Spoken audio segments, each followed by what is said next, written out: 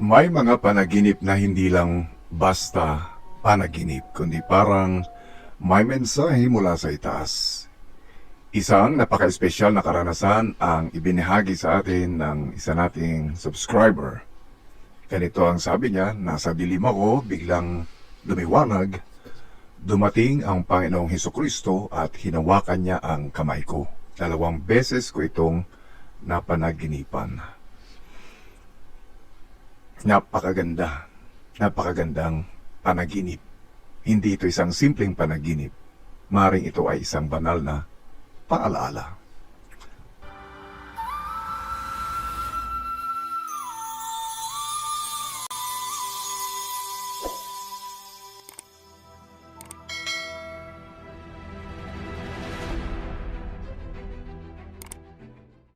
Welcome back to Patnubay TV. Narito ang panaginip ni Komiyama Rarin o Komiyama Lalin.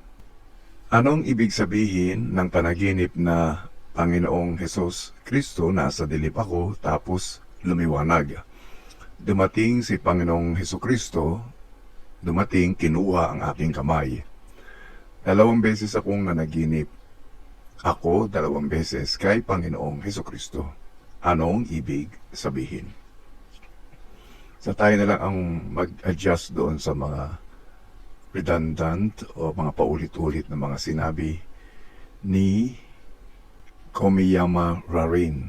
Sana tama yung Ang aking toilet ay pagkakapronounce simbolo ng ng paglilinis. kanyang pangalan. Ang toilet sa panaginip ay kadalasan Anyway, simbolo ng paglalabas ito ng ay negatibong isang emosyon napaka-espesyal na o panaginip. kaya ay pag-alis ng problema Espesyal o sapagkat bigat bihira sa kasi buhay. na ang Panginoong Ngunit Hesukristo sa panaginip ay na ito, napapanaginipan may hadlang. parang Ito yung dumadalaw ahas na nasa sa panaginip ng isang tao. Ang ahas ay simbolo ng Kaya, pamala o pandilim Isipin mo lang. ito. Sa maraming Ikaw ay nasa interpretasyon. dilim, walang Ang ilaw. ahas ay maaaring Siyempre, dahil tukso, walang ilaw at nasa pandilim dilim, lang walang o isang direksyon. taong hindi Hindi mo alam kung saan ka mapagkakatiwalaan. papunta. Ang kulay Ikaw ay na nasa berde gitna ng ay kadiliman, tumutukoy tahimik, sa maingit, bigat, parang o may isang hinahanap bagay na ka. mukhang mabuti, Tapos bigla may ngunit liwanag na panganib. sumikat. Yung Unti-unting lalaki na nabasag ang humawak sa dilim ahas, at maaaring nasa ito liwanag ay dumating kumakatawan ang sa isang Panginoong Hesukristo. tao sa iyong buhay Hindi kanya pinagalitan, na nagdudulot hindi kanya ng problema iniwan. Sa halip, o isang hinawakan sitwasyon niya na ang iyong tinulo kamay. ang dapat Isang simpleng sana kilos ay pero tahimik. puno ng kapayapaan, pag-asa at pagmamahal. Ang kagat sa kaliwang At kamay. hindi lang ito nangyari. Ang minsan. kamay ay simbolo ng 2 aksyon, beses itong napanaginipan. trabaho, relasyon ni sa iba. Komiyama Ang kagat Rarin. ay maaring babala na ikaw Ito ay ang nasasaktan. unang kahulugan O may taong mayroong spiritual makakasakit na sa iyo emotionally o pagpapaliwanag. spiritually. Ikaw ay tinatawag Ang panaginip inaabot ng na ito ay Diyos. maaaring nagsasabi sa Ang iyo, paglitaw ni Julian, Jesucristo sa na panaginip may ay bagay sa isang iyong buhay na napakalalim kailangan na mong simbolo. iwasan. May Ito taong ay hindi mo sinyalis na dapat ikaw ay pagkatiwalaan. tinatawag At may sitwasyon na mas mabuting Inaabot layuan ka niya kaysa kahit ikaw ay labanan. nasa gitna ng dilim. Minsan, ang Ang tunay ikalawang na laban kahulugan ay hindi sa pakikipaglaban naman ng iyong ng panaginip ay kundi mula sa kadiliman, pag-iwas. Ikaw ay papunta sa liwanag. Ikaw, Ang mga eksena ng kaibigan, dilim nakaranas na ka naging ba ng liwanag ganitong ay panaginip? napakahalaga. Ano sa tingin mo ang Sapagkat ibig sabihin ng panaginip? Una, na ang dilim ito ay sa iyo? sumisimbolo ng Comment ka lamang sa ibaba problema, at ilagay mo kalungkutan, kung saan bansa ka naroon pagkalito.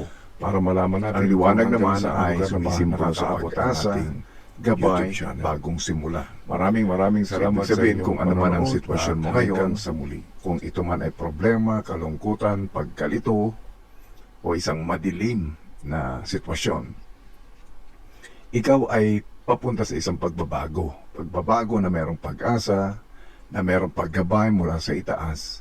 At ito ay isang bagong simula o bagong chapter ng iyong buhay.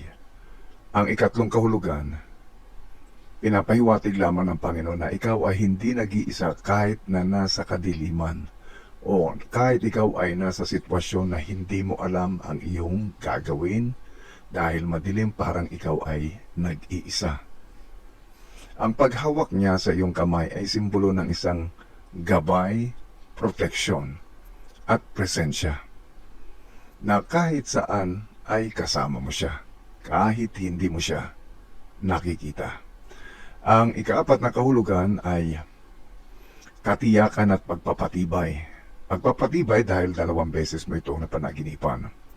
Hindi aksidente na 2 beses mo itong napanaginipan.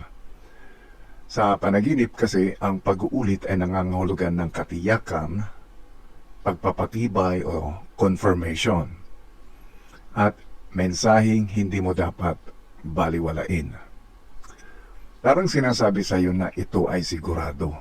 Sigurado na hindi ka nag-iisa. Sigurado na may plano para sa iyo ang Panginoon.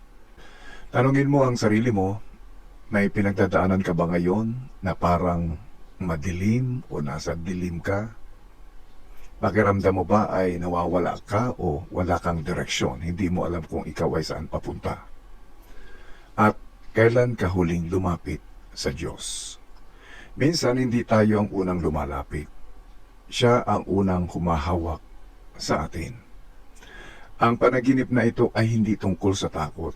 Ito ay tungkol sa pag-asa, pag-ibig at presensya ng Diyos. Kapag hinawakan ka niya, hindi ka niya bibitawan. Kung ikaw ay nakarelate sa panaginip na ito, i-comment mo ang prayer bilang pasasalamat.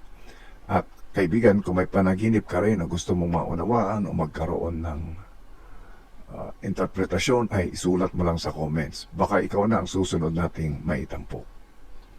Maraming salamat sa inyong panonood. Don't forget to like, subscribe at i-share ang ating video para maabot natin ang iba pa na mga gustong magkaroon ng linaw sa kanilang mga panaginip. Hanggang sa muli, mga kaibigan.